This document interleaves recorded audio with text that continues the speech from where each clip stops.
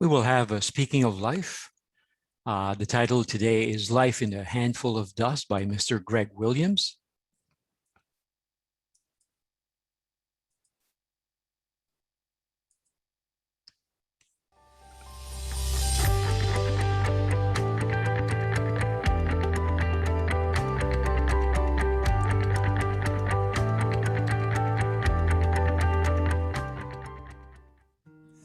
John starts his gospel work in the beginning.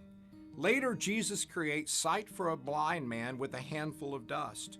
After his resurrection, he meets Mary in a garden on Easter morning.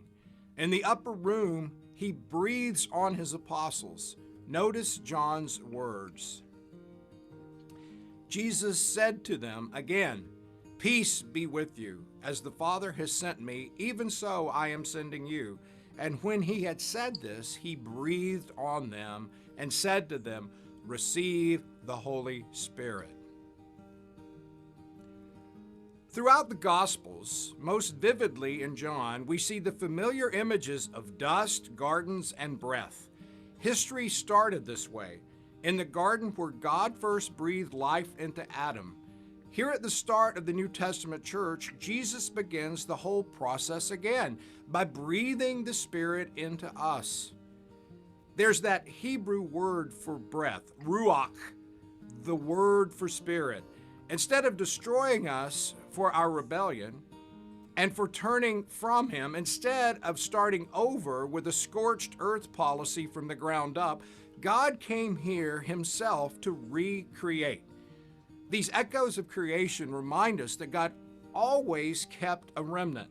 Noah, the Exodus, the people brought back from exile, and then He brought forth His Son from one family, one woman, one womb. He kept the remnant because that was His plan all along. He is the God who recreates. He takes the dust and waste that sin has turned the world into, and He starts His kingdom here and says, "It is good." Has He breathed life into the dust of your life? Has He taken what is lifeless and dry and made it live? Think of the addict who is healed and goes on to support other addicts. Think of a mother who was hurt and abused as a child, but was then given her own children to cherish and break that cycle of pain. We live in a world of death and resurrection with a God who over and over breathes life into a handful of dust. How is He breathing life into you? I'm Greg Williams, speaking of life.